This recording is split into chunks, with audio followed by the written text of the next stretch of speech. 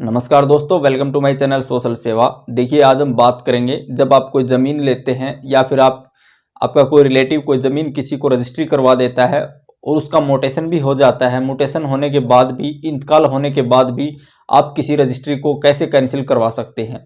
देखिए, किसी भी रजिस्ट्री को आप 100% कैंसिल करवा सकते हैं अगर वो रजिस्ट्री गलत तरीके से बनी हुई है। कोई रजिस्ट्री, कोई व्यक्ति आपके परिवार का है, आपकी खेवट में आता है, आपकी खतौनी में आता है, आपके हिस्से में आता है, तो आप उसकी ज़मीन की रजिस्ट्री अगर वो किसी को अपनी ज़मीन बेच देता है तो आप उस रजिस्ट्री को कैसे कैंसिल करवा सकते हैं। अगर इंतकाल या म्यूटेशन जिसे आप कहते हैं वो भी करवा दिया गया है, दाखिल खारिज भी करवा दिया गया है, उसके बाद भी आप किसी रजिस्ट्री को कैंसिल करवा सकते हैं। तो आज हम डिस्कस करेंगे दोस्तों, किस प्रकार से आप किसी रजिस्ट्री को, किसी प्लॉट की, किसी खेत की, किसी ज़मीन की रजिस्ट्री को कैसे कैंसिल करवा सकते हैं। देखिए, कोई भी ज़मीन होती है, जब वो बेच दी जाती है, सेल कर दी जाती है, उसके बाद में उसका जो म्यूटेशन होता है, उसका जो इंतकाल होता है, उसका जो दाखिल खारिज आप जिसे कहते हैं, उसको करवाने में 30 से 35 दिन का टाइम लगता है।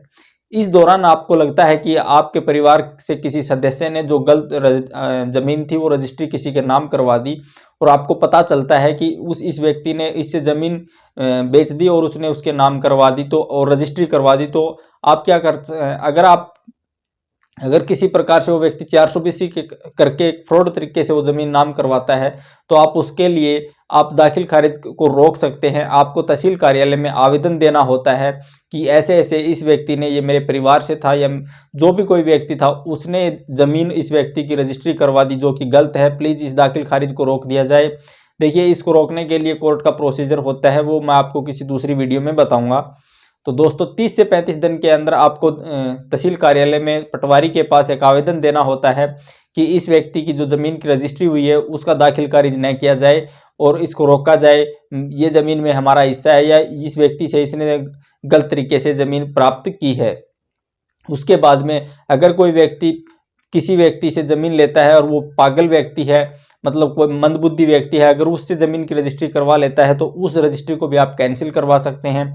उसके बाद में अगर कोई व्यक्ति मानसिक रूप से परेशान रहता है और उस व्यक्ति से किसी प्रकार से उसकी ज़मीन की रजिस्ट्री करवा ली जाती है, कोई व्यक्ति उसकी ज़मीन खरीद लेता है, तो उसकी भी आप रजिस्ट्री कैंसिल करवा सकते हैं। अगर कोई व्यक्ति नशे की हालत में रहता है, जो हमेशा नशा करता है, वो शराबी व्यक्ति है, आपको लगता है कि उसकी, देखिए 2-4 व्यक्ति भी उसकी गवाही दे सकते हैं कि ये शराब के नशे में रहता है या कोई नशा करता है। अगर उस नशे की हालत में कोई व्यक्ति किसी ज़मीन की रजिस्ट्री किसी दूसरे व्यक्ति के नाम करवा देता है तो आप उसके इंतकाल को, उसके दाखिल खारिज को, उसकी रजिस्ट्री को भी आप कैंसिल करवा सकते हैं। अगर कोई व्यक्ति गलत तरीके से, किसी भी गलत प्रकार से, गलत तरीके से किसी व्यक्ति से कोई ज़मीन की रजिस्ट्री करवा लेता है, उसको भी आप कैंसिल करवा सकते हैं। देखिए, उसके बाद में आता है किसी को डरा कर, धमका कर, कोई लालच देकर, किसी भी प्रकार से कोई ऐसा काम करके जो कि लीगल नहीं है और उसकी ज़मीन की रजिस्ट्री अपने नाम करवा लेता है, उसको भी आप कैंसिल करवा सकते हैं।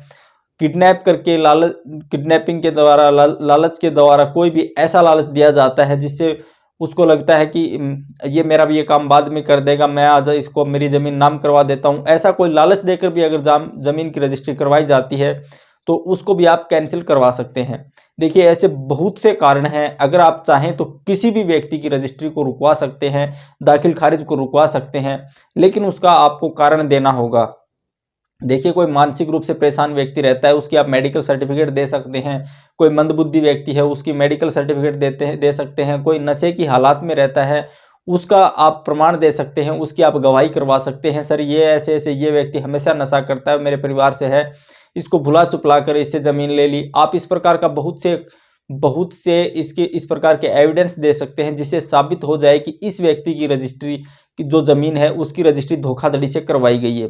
दूसरा, जब आप किसी को ज़मीन देते हैं और वो व्यक्ति आपकी पूरी पेमेंट न करे तो उसके लिए भी आप उसकी रजिस्ट्री को कैंसिल करवा सकते हैं। इस प्रकार बहुत से ऐसे कारण हैं, आप किसी भी रजिस्ट्री को 100% कैंसिल करवा सकते हैं अगर आप चाहते हैं तो।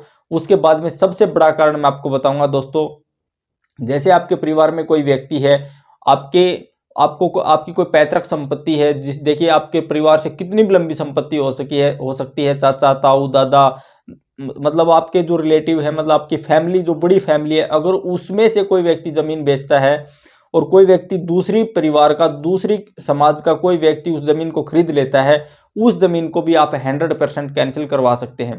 क्योंकि देखिए, कोई भी जमीन होती है जो आपके हिस्से की जमीन होती है, आपके परिवार की जमीन होती है, आपकी खेवट खतौनी की, आपके परिवार के, आपकी पैतृक संपत्ति जो जमीन होती है, पैतृक संपत्ति जिसे आप कह सकते हैं, जो आपके आपके पूर्वजों से आपको प्राप्त हुई है, वो जमीन अगर आपका भाई, आपका चाचा, ताऊ किसी दूसरे व्यक्ति को देता है, उसको आप 100% कैंसिल करवा सकते हैं। क्योंकि वो जमीन सबसे पहले आपकी होती है, क्योंकि वो व्यक्ति आपके परिवार से होता है जो जमीन बेचता है।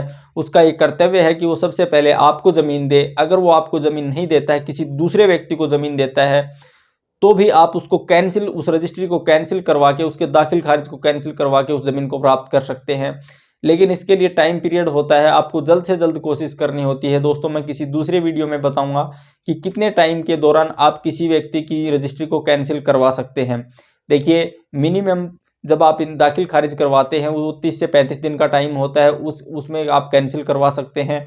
उसके बाद में कोर्ट से आपको 3 साल के अंदर दाखिल खारिज करवा सकते हैं। कोर्ट में डी कैंसिलेशन का आप सूट फाइल करके किसी रजिस्ट्री को कैंसिल करवा सकते हैं। देखिए, जो पैतृक संपत्ति होती है, वो जो जमीन होती है पैतृक संपत्ति, अगर कोई व्यक्ति किसी को बेच देता है तो उस रेट पर सबसे पहले आपका अधिकार है, और आपका जो बेचता है उसका भी कर्तव्य है कि वो जमीन आपको दे। किसी व्यक्ति को वही जमीन, किसी व्यक्ति को अन्य व्यक्ति को किसी रेट पर देता है, उसी रेट पर वो जमीन सबसे पहले आपको मिलेगी। अगर फिर भी वो व्यक्ति आपको जमीन नहीं देता है तो आपको क्या करना है, अगर वो उसको बेच देता है, उसके बाद में उस जमीन की सर्टिफाइड कॉपी निकलवानी है रजिस्ट्री की, जिसमें उसका रेट लिखा हुआ होता है, और उस आधार पे आप कोर्ट में सिविल सूट फाइल करके वो जमीन अपने नाम करवा सकते हैं, उतनी कीमत पे करके। तो सबसे पहले, जो अगर आपकी कोई पैतृक संपत्ति है, आपके पारिवारिक जो संपत्ति है, वो आपका अधिकार होता है। कोई व्यक्ति आपके परिवार से संबंध रखता है, आपके परिवार में आता है, वो किसी अन्य व्यक्ति को कोई जमीन नहीं दे सकता जब तक उसके परिवार में कोई व्यक्ति लेने वाला होता है। देखिए, सबसे पहले अपने परिवार के व्यक्ति होता है, उसका अधिकार होता है, वो उस जमीन को खरीदेगा। अगर वो मना करता है, उसके बाद में ही किसी व्यक्ति को दे सकता है, अगर वो उससे ज़्यादा पेमेंट देता है तो दोस्तों, अगर आपको वीडियो अच्छी लगी और आप इस प्रकार की वीडियो देखना चाहते हैं तो प्लीज़ चैनल को सब्सक्राइब कर लीजिए। मैं इस चैनल पर इस प्रकार की वीडियो डालता रहता हूं। आपने हमें अपना कीमती समय दिया, इसके लिए शुक्रिया।